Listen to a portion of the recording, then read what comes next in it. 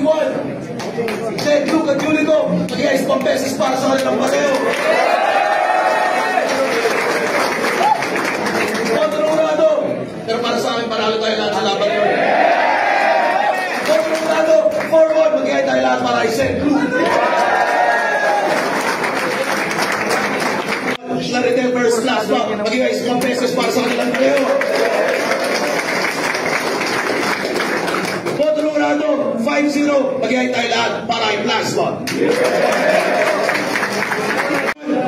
Take that reverse, Diyos, mag-iayos pang beses para sa kanilang pareho. So, yun lang rin yun.